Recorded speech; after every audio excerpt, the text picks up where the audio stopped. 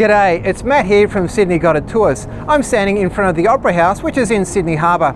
Today we're going to learn all about this iconic building, but I'm not going to tell you about it. I'll be asking a good friend of mine. So let's go and meet him.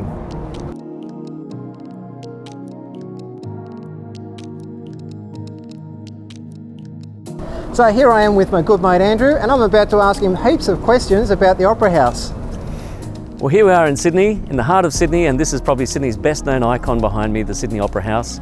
It sits on a peninsula that just juts out from the mainland on the southern side of the harbour, and to my left, your right, is the east coast of Australia. That's the Pacific Ocean out there. But here we are on the east coast, southeast of Australia, and this is the largest city in the country. So before this was an opera house, it was actually a tram shed. So this is where the tram terminus was, and the trams did a sort of a semicircle and went back on their route. But before that, it was actually a fortress. It was called Fort Macquarie in the early days of the Sydney colony, when it was a convict settlement back 235 or 37 years ago. But now, since 1973, it's been one of the most iconic performing arts centres, and it was actually started in 1959. It was actually designed by an architect from Denmark called Jørn Utzon. It took a long time to build. It was thought to be a 4-year project. Can you believe it? 4 years, and it took more like 14. They also thought it would cost $7 million, and it cost over 102.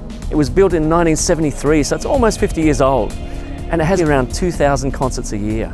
That's almost 6 a day. Crazy. Not just classical, but everything under the sun. We have modern, pop, we have boxing. We've had the Olympics here in 2000, the boxing on the centre stage. We've had Arnold Schwarzenegger bodybuilding on that stage as well. And we've had presidents as well. And we've got athletes running past it. We've got concerts happening all the time. It's a busy place and an exciting place to be.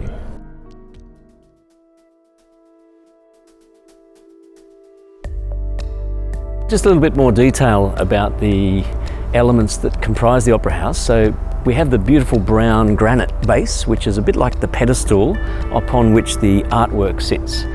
So you've got the sculptural roof of those shells or sails, which is really the eye-catching part of the whole house.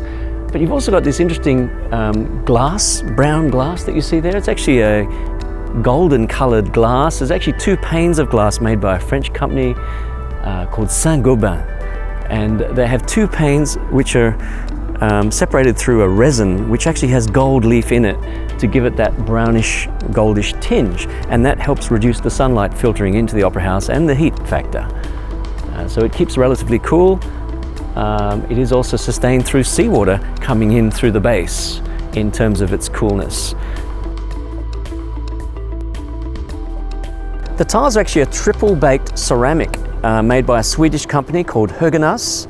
Probably quite expensive, but they've never been replaced. They're actually self-cleaning. So the rain comes down and basically drips down and cleans the tiles, and the water actually filters into the panels that you stand on and goes out into the ocean. It looks quite new, even though it's 50 years old. If you look up at that beautiful golden glass there, you'll see the interesting angle of the glass, which might remind you a little bit of the Captain's Bridge on a cruise ship. And Utzon actually grew up north of Denmark on the coast of the island of Copenhagen, and his father was a shipping engineer. So I dare say he was very much influenced by being around ships.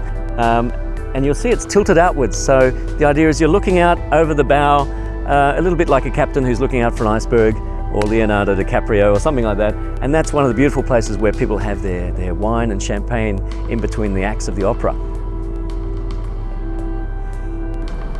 And if you see the Opera House from the front here, which is an unusual aspect, there's actually a little room in between the 2 main halls where that glass panel is, and that's where the artists gather for if they want to have a little bit of time out or practice, or even just go and have a coffee or something, or a meal before the performance.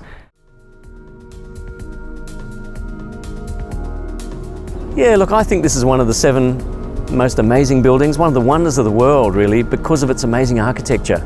It was a very difficult job. What should have been a 4-year job turned into a 14-year job because of the difficulties they had constructing the shells, which are so iconic. What you see behind me, those white sails or shells, are actually concrete ribs which sustain these ceramic tiles, and they were very difficult to build in such a narrow space to support the weight that they are. So it was using pre-tensiled concrete.